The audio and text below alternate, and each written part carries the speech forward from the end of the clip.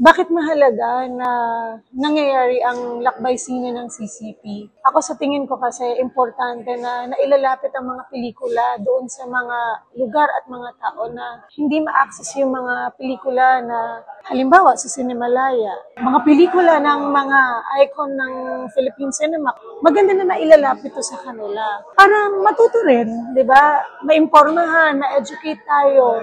Ano ba ang Philippine cinema? Ano ba ang meron tayo? Isa pang kahalagahan yan para patuloy tayong natututo bilang isang kultura, bilang isang bansa. Ang cinema kasi ay isang bakas ng kasaysayan. Ang cinema ay isang documentation ng soul at kasaysayan ng isang bansa. Ang cinema rin ay isang paraan ng paghahanap ng katotohanan o ng truth. Sa patuloy natin, kung nanonood tayo ng mga pelikula, may iba't ibang katotohanan tayong pwedeng madiskubre.